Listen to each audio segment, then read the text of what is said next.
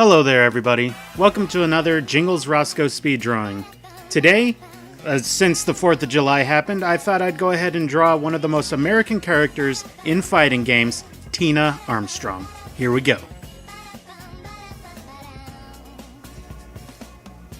So, first things first, I'd like to apologize because this picture took a lot longer than I expected it to, and I wasn't able to finish it on time, and by on time I mean on Friday, because I have been trying to be more consistent with my uploading, and Fridays I decided that's going to be my speed drawing days, and I couldn't make it this time.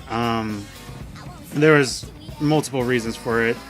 I mainly blame myself because I had a chance to work on it on one of my days off, and I was just like, oh, I'll just get around to it a little bit later. And then by the time I started getting around to it, it was very late, and I had to be at work pretty early the next day. And I decided that instead of trying to be exhausted and going to work, just being upset and completely tired, that I'd get a good amount of sleep. And as a result, it took me like 2 more days than I thought it would to actually work on this. And in the end, it was kind of frustrating on how long it took me. But the result, I think, was worth it. I kept telling myself I could have probably rushed it if I felt like it, but I want to make good quality videos as well as trying to be consistent. And in this case, I decided that I'm going to go ahead and just take my time with it and try and make a good picture. And so, yeah, I took my time with it, and I feel like the results ended up better than I think they otherwise would have been. Anyway, so after that kind of awkward explanation, let's talk about Tina. I've played a couple of the Dead or Alive games. I haven't played 5, mainly because I don't think I could afford to play 5 at this point, with so much DLC for that thing. Oh, also, really quick, fun fact, I don't know if you guys knew this, but it is literally impossible to draw cowboy hats. It's impossible. As you can see, the second layer down there is almost completely different from the layer that I ended up doing on top of it. And I thought I knew how to do cowboy hats. I've drawn them before, and I live in a community where it's fairly popular to wear cowboy hats, so I see them like quite a bit, but as it turns out, not as easy as you think it'd be. In fact, literally impossible. But I looked at the references that I have on the side over here, and I got a better look at it and kind of gauged on how I wanted it to look, and kind of got it in a way that I'm fairly happy with. There I am readjusting it again.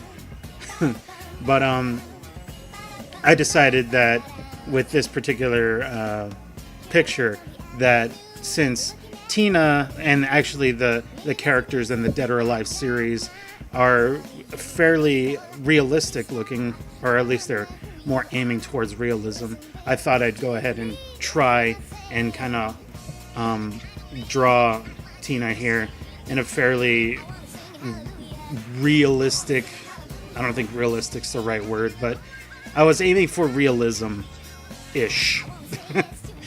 and so I redrew her face a few times and readjusted it and kept readjusting it, and even when I get to the actual inking layer, when you see it later, you'll see I'll even readjust that one as well, which whenever I try to do any kind of drawing, even if it's not a speed drawing, I'll try and make sure that the rough layers are the ones where I readjust everything and keep adding another rough layer until I'm happy with the result, and then I'll actually ink that layer. But I was already running pretty late with this one, and I was getting frustrated with how long it was taking, and deciding that I was going to add a certain level of detail to it, and I still didn't add as much detail as there actually is on the character model, or at least in the references that I found. Look at me just continuing to redraw these eyes and noses. But I wanted to add more detail than I think I normally would with a character. If I was creating a character, I don't normally add too much detail to them. I kind of take what I like to consider the Street Fighter approach with designing characters. In that Street Fighter, their characters are... There's not a whole lot of detail or work put into their designs. So their designs are pretty simple, but they're really iconic looking. Like, look at Ryu. He's just a karate guy. He's a Japanese guy that's wearing a gi with a black belt and a red headband, and he's got those like MMA gloves on. But like, you could never mistake him for anyone else. And like any other time anybody's tried to create like a karate man character, quote unquote, for a game since Ryu, they always get compared to Ryu. And so I whenever I draw characters, I don't put too much detail into them, but I try to make them look like unique, you know. So drawing Tina here, who has way more detail than any Street Fighter character on her, it took me a while to get it to the level that I'm happy with. As you can see here, I decided to readjust her shoulders here on the inking layer, as opposed to another rough layer, which I told myself I'm running out of time. It still looks kind of wonky, so I just drew it, and then I think it ended up looking all right. Definitely a learning experience. Try not to rush your projects, and just take your time with it, and it'll end up looking better that way. I'm sorry for having the camera almost constantly on her breasts, but that is kind of a part of her character. She's got that sex appeal, and she likes to use it as much as her dad hates that. Is it bass or bass? I couldn't find like anybody actually saying it in game when I was trying to get the information for this episode that I'm working on here. So in the comments, if somebody could just let me know, that'd be fantastic. Anyway, yeah, she's easily one of the more what do you call it? The characters with the most sex appeal that I think I've drawn in recent memory. I've mentioned before, and I think my Wendy picture, that like I don't normally like to over-sexualize characters, and I don't normally draw characters that are like super sexualized. So Tina was I decided to challenge myself and just draw a confident woman who's confident in herself, confident in her abilities, and especially confident in her body. Which it was a learning experience, and I'm glad I did it, and I think it turned out actually really well, considering I don't do it very often. I noticed something with when I was looking at her character model also, is that in the older games, like, and it's a thing that happens I think with a lot of Japanese games, that they're like Western or American characters, like they look like just Japanese people but with like blonde hair. And they're like, no, that's an American. But like, it seems more and more as technology has gotten better and the internet's really exploded, these Japanese developers seem to have more access to what Americans actually look like. And so I think, especially, I got the references from Dead or Alive 5 for Tina here. I think in her face, she looks like an American girl.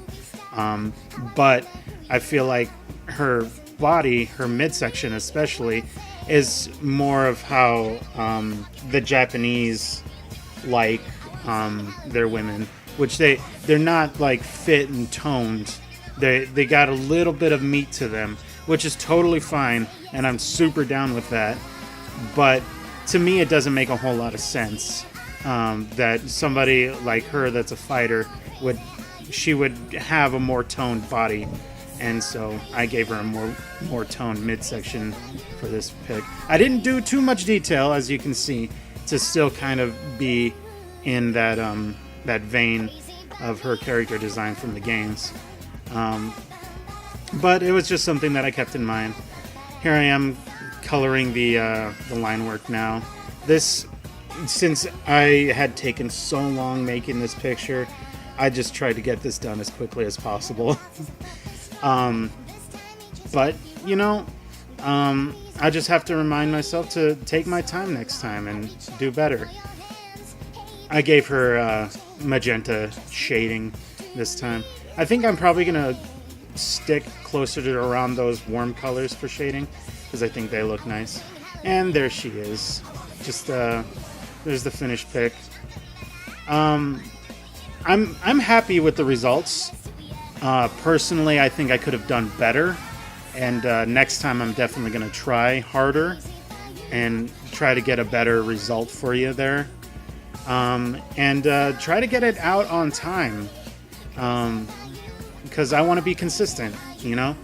I know you guys probably don't mind so much, but consistency is something that I've kind of struggled with in my life, and if I want this YouTube thing to, you know, be somewhat successful, I need to stay on a schedule for it. So expect the next one to be on time. And, you know, happy America Day. I know it happened a while ago, but, you know, if you're not American, that's cool. We like you anyway. If you are American, yeah, go America. All right, guys. I'll see you next time.